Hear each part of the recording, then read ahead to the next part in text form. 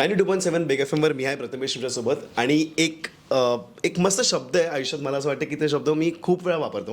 म्हणजे काही चांगलं होते ना, तर मला असं वाटतं की हे जबराट झालं. ठीक आहे, मला मार्क चांगले पडले आयुष्यात, तर माझ्या पप्पा मला म्हणायचे की बाई हे जबराट झालं. पण आयुष्यात या नावाचा चित्रपट मी पहिल्यांदा ऐकलं आहे. जबराट या चित्रपटाची पूर्ण टीम आमच्यासोबत आहे. आणि पहिलं मला पाहिजे की मंदार, तू सर्वांना आपलं इंट्रोडक्शन दे आणि आपल्याबद्दल थोडं सांग की. माझं नाव मंदार मोकाशी आणि जबराट या सिनेमात माझं कॅरेक्टर आहे आलोक नावाचं. जे की मी जसा आहे, म्हणजे मी मजाक करत असतो, मजा करत असतो, हसवण्याचं काम करत असतो. तेच काम ते कॅरेक्टर पण करत. नेमकं जे रिअल पर्सनॅलिटी ओरिजिनॅलिटी ते प्रॉपर तुमच्या कॅरेक्टरमध्ये डिफाईन होणार आहे, बरोबर? म्हणजे त्यांनी मला शोधलायच असा की नाही, हाच मला पाहिजे, मला तू काय ऍक्टिंग नको करू. परफेक्ट, जे काय आहे तेच भारी आहे, तू असाच आहेस. परफेक्ट.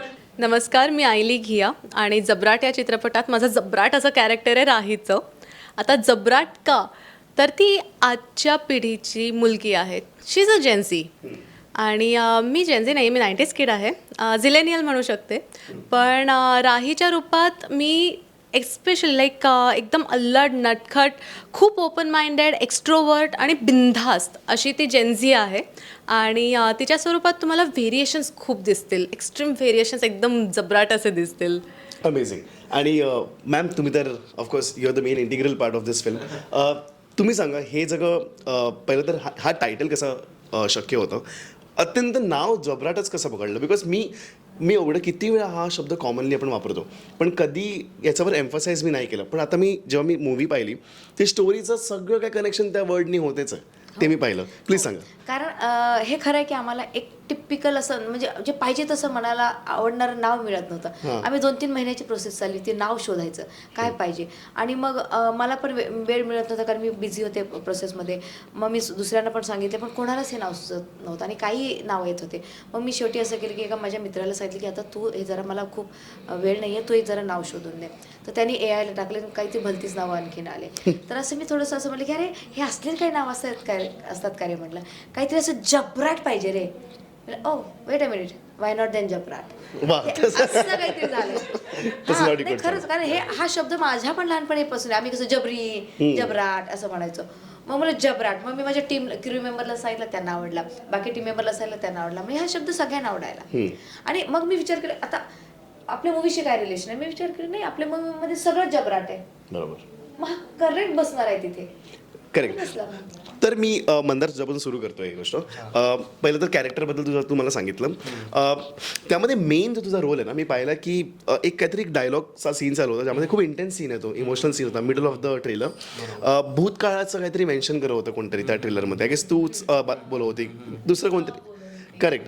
तर तुझं एक्झॅक्ट रोल जो आहे त्या मूवीमध्ये कसं डिफाईन करतोय या आजच्या पिढीला? मी रियालिटीमध्ये म्हणतोय, about the movie it's there, पण तुझं जे मेन कॅरेक्टर तू सांगितलं की ओरिजिनॅलिटी आहे, but how is define to the real audience, to the real people who can relate to it? म्हणजे कसं आहे माहिती आहे का, तो खूप मजा मस्ती पण करतो आणि तो खूप चांगला मित्र आहे.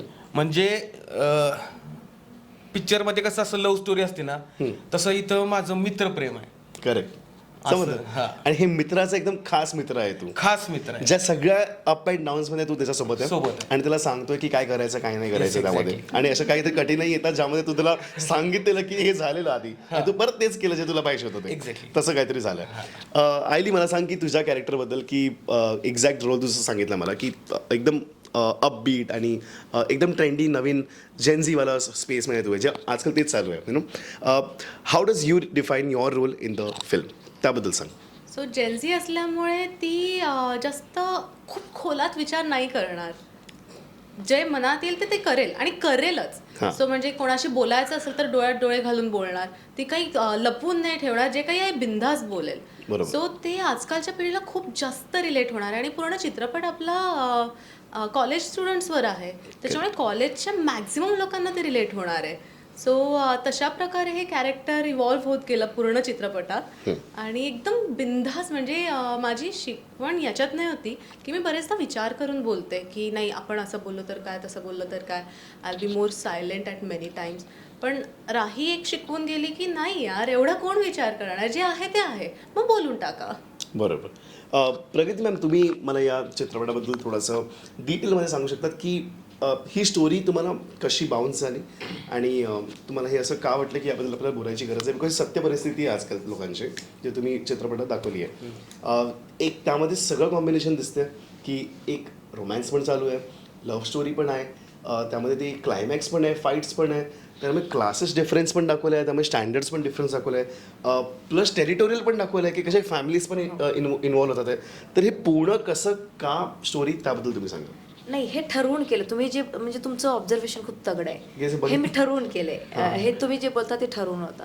आता एका ओळीमध्ये जर चित्रपटाबद्दल सांगायचं जर म्हणाला तर मी सांगेन लव, म्युझिक, मस्ती, डान्स, मैत्री, राडा आणि लोकसंगीत, म्हणजे हे सगळ्याचं कॉम्बिनेशन आहे. आणि येस, तुम्ही जर म्हणालात की वेगवेगळ्या विभागातले लोक असं जे म्हणाले ते बरोबर आहे. कारण ही स्टोरी कॉलेज कॅम्पसमधली आहे. कॉलेज कॅम्पस आणि ते इंजिनिअरिंग कॉलेज आहे, त्या आणि हॉस्टेल वगैरे असतात तिथे इंजिनिअरिंग कॉलेजला, आणि तिथे महाराष्ट्रातले सगळीकडची मुलं आलेली असतात. आणि मला ते जाणून बुजून दाखवायचं होतं की एक आता जसं की राहीचं कॅरेक्टर, राही ही पुण्याची मुलगी आहे, ही म्हणाली तसं आजच्या पिढीची मुलगी आहे. शहरी भाषा, शहरी सगळं ते काही असतं ते सगळं तिच्याकडे आहे. आता हा म्हणाला हा वेगळ्या भागातला आहे, हॉस्टेलवर आलेला, एक मराठवाड्यातलं एकदम शेतकरी कुटुंबातलं गरीब पात्र आहे, त्याची भाषा तो बोलणार. त्यामुळे तुम्हाला इथं भाषेमध्ये पण वैविध्यता दिसेल. प्रत्येक, आणि काय होतं हे रिप्रेझेंट करतो प्रत्येकाला. मग मराठवाड्यातलं, इव्हन मराठवाड्यातलं नाही, महाराष्ट्रामधल्या प्रत्येक मुलाला कोणी ना कोणी आपलं कॅरेक्टर, हे मी आहे असं वाटेल तिथं. इतकी मी मुद्दामून वैविध्यता आणलेली आहे त्यामध्ये.